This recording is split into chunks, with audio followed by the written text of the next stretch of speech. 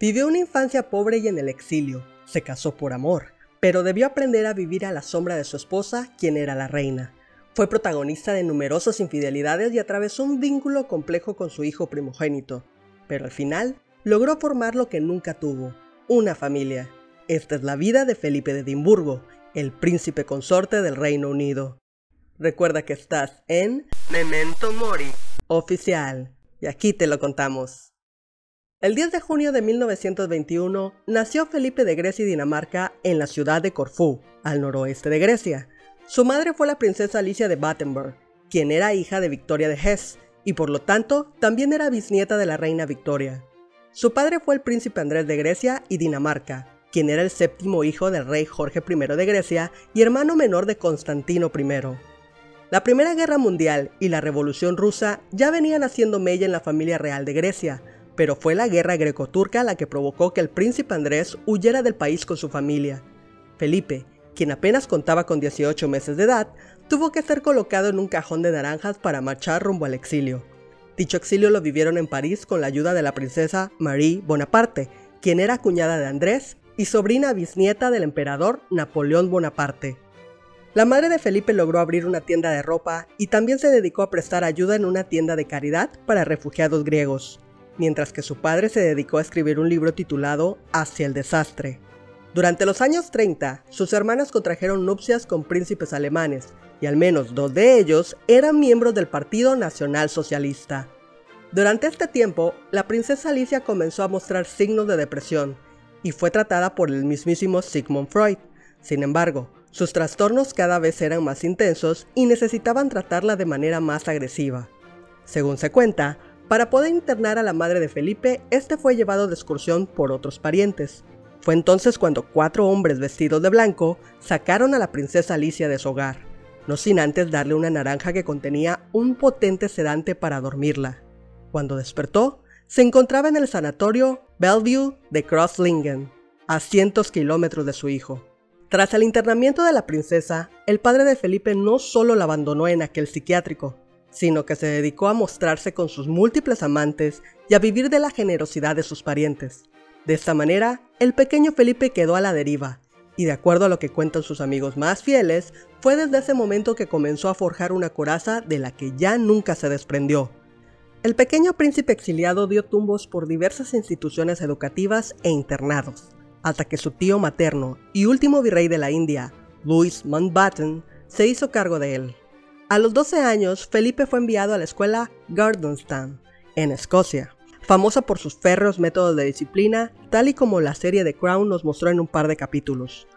Más tarde, asistiría también al Atlantic College of Wales, en donde decidió que Inglaterra, y no Grecia, era su patria. Al terminar dicha escuela y después de solicitar el cambio de nacionalidad, Felipe se unió a la Marina Real Británica. En el verano de 1939, Jorge VI, monarca del Reino Unido, visitó con sus hijas la Universidad Naval. Lord Mountbatten, quien ya tenía conocimiento de dicha visita, propuso que su sobrino Felipe fuera el acompañante de las princesas Isabel y Margarita durante el recorrido. La futura Isabel II tenía en ese momento tan solo 13 años, pero quedó impresionada con el porte y la elegancia del joven Felipe de 18. Ella quedó deslumbrada por él, pero él no tanto, sobre todo porque se había convertido en una persona que escondía sus sentimientos, considerándolo incluso un signo de vulnerabilidad. Sin embargo, no fue la última vez que se encontró con la princesa, sino que llegaron a coincidir en algunos otros eventos. Poco a poco su amistad comenzó a surgir y empezaron a intercambiar cartas. Incluso mantuvieron correspondencia durante el estallido de la Segunda Guerra Mundial. Pero aquella no fue la única proeza de Felipe durante la guerra. En la noche del 28 de marzo de 1941, a bordo del acorazado HMS Valiant, su destreza en el manejo de los reflectores contribuyó a que la Armada italiana sufriera bajas considerables en Cabo Ténaro, también llamado Cabo Matapan. Aquella fue la mayor derrota en el mar de los italianos, y la hora más gloriosa del oficial Felipe de Grecia. También fue testigo de la rendición japonesa en la bahía de Tokio en septiembre de 1945. Tras concluir la guerra, el amor entre Isabel y Felipe se consolidó. Jorge VI y muchos otros veían con recelo aquella relación, pues a pesar de sus logros y de nacionalizarse británico, siempre lo vieron como un extranjero sin tierra ni fortunas. A pesar de ello, la princesa mantenía su incondicionalidad hacia él, por lo que su padre terminó aceptando su compromiso, no sin antes dejar en claro que debían esperar hasta que su primogénita cumpliera los 21 años. Además, para casarse con ella, debió renunciar a su religión, que era la ortodoxa griega, y perdió el título de príncipe de Grecia. A cambio, le dieron el título de Alteza Real y Duque de Edimburgo. Finalmente, Felipe e Isabel se casaron el 20 de noviembre de 1947. Ella pagó una parte del vestido con cupones de racionamiento para dar el ejemplo a los ciudadanos, y él vistió su uniforme naval. Se dice que Felipe le regaló a su futura esposa un brazalete de diamantes diseñado por él, y la promesa de dejar de fumar. Su enlace fue la primera boda real transmitida a todo el planeta. Más de 200 millones de personas de todos los continentes escucharon la transmisión radial, y más de 2000 invitados llegaron al evento. No obstante, Felipe se sentía solo. Su padre había muerto 2 años antes en Mónaco, al lado de una de sus amantes. Su hermana Cecilia había fallecido en un trágico accidente aéreo, y las 3 hermanas que le quedaban no fueron invitadas, debido a que estaban casadas con alemanes sospechosos de simpatizar con el nazismo. La única presente fue su madre, quien por aquel entonces ya era una religiosa. Por austeridad, el joven matrimonio pasó la luna de miel en el Reino Unido, cosa que no les importó, pues estaban genuinamente enamorados. Un año después de la boda, anunciaron la llegada de su primogénito, Carlos, príncipe de Gales. 2 años después, llegó su segunda hija, la princesa real, Ana. La relación parecía armoniosa, pero en 1952 falleció el rey Jorge VI. De hecho, fue Felipe quien anunció a su esposa la muerte de su padre. A partir de ese momento, ella se convirtió en reina y él en príncipe consorte. El problema fue que Felipe descubrió que dicho título significaba que mientras su mujer reinaba, él no tenía mucho más trabajo que acompañarla como un marido ejemplar o un lindo adorno. Incluso preguntó si podía continuar con su carrera de teniente en la marina, y le respondieron que no. El motivo no tenía nada que ver con un patriarcado, matriarcado, machismo ni feminismo, sino por algo mucho más anacrónico y rígido, por protocolo. La gota que derramó el vaso para él fue cuando supo que sus hijos llevarían el apellido de su madre, Windsor, pero no el suyo, Mountbatten. Harto de su rol protocolar, entre 1956 y 1957, Felipe decidió realizar un largo viaje sin su esposa. Los rumores decían que el príncipe viajaba solo, pero no tan solo. Según las crónicas de la época, tuvo varias amantes como Daphne du Maurier, cuyo marido trabajaba en su oficina, su amiga de la infancia Helen Cordet, madre de uno de sus ahijados, la estrella musical Pat Kirkwood, la aristocrática argentina Malena Nelson, la actriz austrohúngara Sasa Gabor, y hasta se dijo que mantuvo un idilio con Susan Barrantes, madre de Sarah Ferguson, quien años después se convertiría en su futura nuera. Ante todo esto, la reina simplemente se hizo la desentendida, pues sabía que no podía hacer nada frente a la frustración de su marido. Sin embargo, después del nacimiento de sus hijos menores, Andrés y Eduardo, ella decretó que otros familiares que no fuesen príncipes o altezas reales llevarían el apellido Mountbatten-Windsor. Asimismo, le concedió a Felipe el título de príncipe del Reino Unido. A partir de estos gestos, el duque de Edimburgo pareció aceptar su destino. Llegó a participar en más de 22.000 actos oficiales, realizó 637 visitas oficiales al extranjero y dio casi 5.500 discursos oficiales. Fue el primer miembro de la familia real que concedió una entrevista televisiva a la BBC, aunque ya antes había tenido un acercamiento con dicha televisora, pues él había ayudado a planear la coronación de su esposa y fue quien tuvo la idea de que dicha ceremonia fuera televisada. Gracias a él, los habitantes del Palacio de Buckingham pudieron comunicarse por línea telefónica interna, en vez de enviarse mensajes a través del personal de palacio. Gracias también a él, llegó la calefacción a ese edificio descomunal. De igual manera se le atribuye la desafortunada idea de permitir que las cámaras rodaran un documental con el día a día de la familia real. Colaboró con 780 organizaciones benéficas y al final de su vida agradecía haber tenido con su esposa lo que nunca tuvo con sus padres, una familia. Otra de las cosas por las que el esposo de la reina Isabel se hizo famoso fue por sus frases polémicas y desatinadas, como cuando preguntó, ¿la van a meter en el horno?, al ver a una anciana en silla de ruedas que se protegía del frío con un material parecido al aluminio.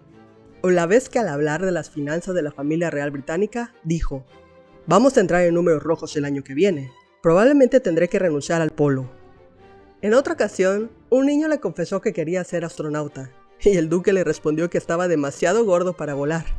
Pero estas situaciones solo sonrojaban a los que lo rodeaban, pues a él, en vez de avergonzarlo, simplemente le causaban risa. No obstante, si de por sí se le consideraba un hombre complejo, dado su explosivo temperamento y su sarcástico sentido del humor, mucho más complejo fue el vínculo que mantuvo con Carlos, su primogénito. Si bien le enseñó a disparar, cazar y nadar, también lo intimidaba con su enérgica personalidad. Felipe también era sarcástico con su hija Ana, pero ella, lejos de callarse, le respondía. Carlos temía andar a caballo, mientras que su hermana realizaba las proezas ecuestres que hacían que Felipe viera en ella un espíritu similar al suyo. Mientras Felipe brillaba en todos los deportes, su hijo no era ni la sombra de lo que él había sido en su juventud. Intentando cambiar lo que consideraba debilidad, Felipe decidió enviar a su primogénito a Gordonstown, el internado con educación espartana al que él había asistido. Carlos diría después que sintió aquello como una sentencia en prisión. A pesar de eso, lo idolatraba e intentaba imitar sus gestos y forma de caminar. Pero poco a poco, el vínculo entre ambos se hizo más que distante, al grado que podían pasar temporadas sin hablarse. Carlos nunca le perdonó que lo presionara para casarse con Diane Spencer, con quien Felipe llegó a tener una buena comunicación, e incluso intercambió cartas con la intención de salvar su matrimonio. Aunque por otro lado, se dice que el millonario egipcio, Mohamed Al-Fayed, llegó a acusarlo de haber ordenado el asesinato de la princesa del pueblo y de su hijo Dodi. Con sus otros hijos logró un mejor vínculo. A Ana la respetaba por intrépida, a Andrés lo quería por simpático, y a Eduardo por ser el más pequeño. Sin embargo, luego de los escándalos por los divorcios de Carlos, Ana y Andrés, dicen que dijo, y nosotros que creíamos haberlos educado también. En 2017, Felipe decidió retirarse de la vida pública. En 2019, volvió a ser objeto de polémica cuando provocó un accidente tras volcar su camioneta contra otro vehículo, supuestamente por culpa del efecto cegador de los rayos del sol. El duque no solo tuvo que entregar su licencia de conducir, sino también pedir disculpas públicas a las dos mujeres que resultaron heridas en el accidente. Afortunadamente, las lesiones de las mujeres fueron leves y él salió ileso. El duque de Edimburgo había recibido tratamiento para otras condiciones de salud a lo largo de los años, incluyendo una infección en la vejiga en 2012 y una cirugía exploratoria en su abdomen en junio de 2013. Pero fue en febrero de 2021 cuando ingresó en el hospital tras haberse sentido indispuesto. El motivo exacto de su ingreso inicial no fue revelado, pero el Palacio de Buckingham dijo entonces que no estaba relacionado con el coronavirus. Posteriormente, el 3 de marzo, se le sometió a un procedimiento exitoso por una condición cardíaca preexistente. Todo parecía indicar que el hombre de 99 años llegaría con bien a su cumpleaños número 100. Sin embargo, la mañana del pasado viernes 9 de abril, la página oficial del Palacio de Buckingham emitió el siguiente comunicado. Es con gran pesar que Su Majestad la Reina anuncia la muerte de su amado marido, Su Alteza Real, el Príncipe Felipe, Duque de Edimburgo. Su Alteza Real murió pacíficamente esta mañana en el castillo de Windsor. Serán nuevos anuncios a su debido momento. Rápidamente los medios de comunicación y las redes sociales hicieron eco de la noticia. Debido a la pandemia, pocos fueron los simpatizantes de la monarquía que se presentaron afuera del Palacio de Buckingham y el castillo de Windsor. Sin embargo, no por ello dejaron de profesar sus muestras de afecto. El primer ministro británico, Boris Johnson, leyó un comunicado oficial de pésame a las puertas de Downing Street, en el que destacó lo siguiente. Como el experto conductor de carruajes que era, ayudó a dirigir la familia real y la monarquía, para que permanecieran como una institución indisputablemente vital para el equilibrio y la felicidad de nuestra vida nacional. Aún no se revela específicamente de qué murió el príncipe, pero se especula que fue una complicación derivada de la cirugía cardíaca que tuvo el pasado mes de marzo. El príncipe Felipe se había convertido en el consorte monárquico más longevo de la corona británica, con más de 70 años junto a la reina Isabel II. La reina, quien es poco proclive a hacer demostraciones de cariño en público, dijo una vez de él, «Es mi roca, ha sido mi fuerza y mi sostén». Se espera que haya 8 días de duelo para la reina Isabel II, quien no llevará a cabo ningún deber, incluso en privado, durante este periodo. Luego de estos 8 días, habría un periodo adicional de duelo real oficial durante un mes. Se está preparando un funeral ceremonial real en el castillo de Windsor en Berkshire, de acuerdo con el pedido del duque de Edimburgo previo a su muerte. También se espera una procesión militar en Londres, si las restricciones de la pandemia lo permiten. El ataúd con el cuerpo del duque de Edimburgo será trasladado en algún momento en los próximos días a la capilla real en el Palacio de St. James en Londres. Por protocolo, el público no podrá acercarse a despedirlo. Una vez pasado el velorio, el cuerpo será sepultado en los jardines Frogmore, en los terrenos del castillo de Windsor. Las banderas de la unión ondearán a media asta alrededor de Gran Bretaña. Así concluye la vida del aristócrata apátrida, que renunció a su historia y apellido para consolidar la casa de los Windsor. ¿Y tú? ¿Qué opinas de este personaje? ¿Crees que realmente fue vital para la permanencia de la monarquía británica? ¿O simplemente fue el hombre que aprovechó la oportunidad para casarse con una mujer poderosa? Déjame tu respuesta en la caja de comentarios. Si quieres descubrir más secretos de la familia Windsor, te invitamos a ver los videos que aparecen en pantalla. Esto fue Memento Mori Oficial. Y si seguimos vivos, nos vemos en la próxima.